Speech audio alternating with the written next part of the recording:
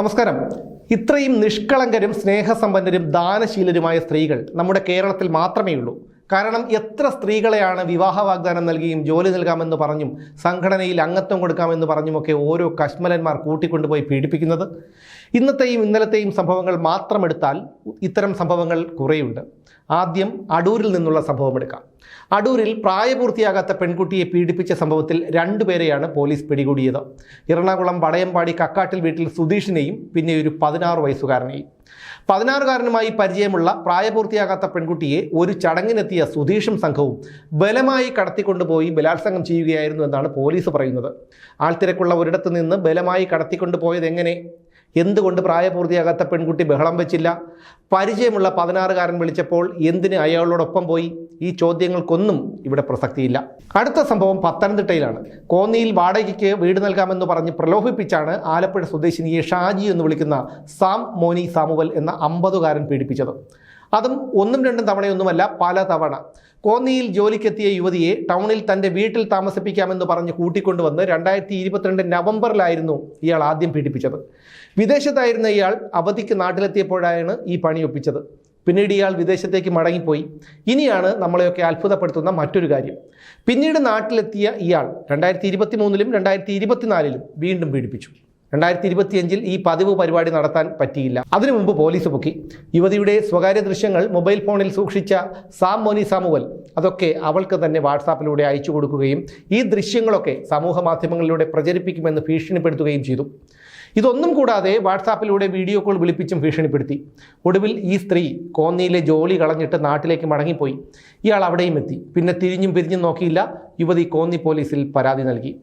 വിദേശത്തേക്ക് കടക്കാൻ തുടങ്ങുന്നതിനിടയിൽ കൊട്ടാരക്കര വെച്ച് പോലീസ് ഇയാളെ പൊക്കുകയും ചെയ്തു. ഒരു പരിചയവുമില്ലാത്ത ഒരാൾ തൻ്റെ വീട്ടിൽ താമസിക്കാമെന്ന് പറഞ്ഞ് വിളിച്ചപ്പോൾ എന്തിനു പോയി? 2022, 2023, 2024 എന്നിങ്ങനെ വാർഷിക പീഡനങ്ങൾ നടത്തിയിട്ടും അന്നൊന്നും പരാതി നൽകാത്തത് എന്തുകൊണ്ട്?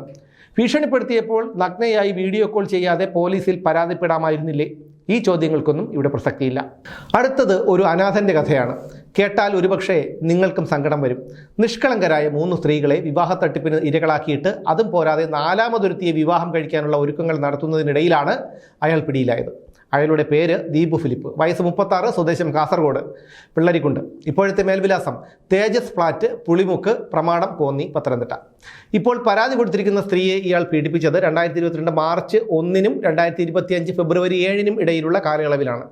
കാസർഗോഡ് വെള്ളരിക്കുണ്ട് സ്വദേശിനിയായ സ്ത്രീയെ ആദ്യം വിവാഹം കഴിച്ച ഇയാൾ സ്വർണവും പണവും കൈക്കലാക്കി പിന്നീട് കാസർഗോഡ് മറ്റൊരു യുവതിയുമായി ഒളിച്ചോടി തമിഴ്നാട്ടിലേക്ക് കടന്ന് കുറേ ദിവസം ഒന്നിച്ചു താമസിച്ച ശേഷം സ്ഥലം വിട്ടു.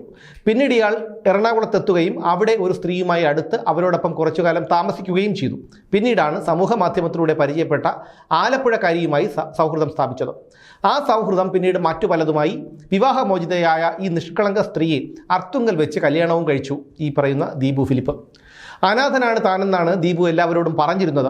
നിങ്ങൾ എന്നെ വിവാഹം കഴിച്ചാൽ നിങ്ങൾക്കൊരു ജീവിതവുമാകും, എൻ്റെ ഏകാന്തതയും മാറും എന്നായിരുന്നു അത്ര ഇയാളുടെ വാഗ്ദാനം. അതായത് പശുവിൻ്റെ കടിയും മാറും, കാക്കയുടെ വിശപ്പും തീരുമെന്ന് പറഞ്ഞതുപോലെ. ദീപുവിൻ്റെ 2ാം ഭാര്യയും ഇപ്പോഴത്തെ ഭാര്യയും ഫേസ്ബുക്ക് സുഹൃത്തുക്കളായതാണ് ഇയാൾക്ക് വിനയായത്. എന്തായാലും അയാളിപ്പോൾ റിമാൻഡിലാണ്. ഊരും പേരും അറിയാത്ത ഒരുത്തൻ വന്ന് കല്യാണം കഴിച്ചോളാമെന്ന് പറയുമ്പോൾ മേലും കീഴും നോക്കാതെ അവൻ്റെ പിന്നാലെ ചാടി ഇറങ്ങുന്നത് ശരിയാണോ എന്നുള്ള ചോദ്യത്തിന് ഇവിടെ പ്രസക്തിയില്ല. ഇനി അടുത്ത സംഭവം നടന്നത് കുന്നമംഗലത്താണ്.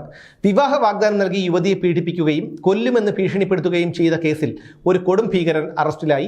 കുന്നമംഗലം നായർകുഴി പടിഞ്ഞാറെ തൊടികയിൽ ജിതിൻ എന്ന 38-കാരനെയാണ് പോലീസ് പിടികൂടിയത്.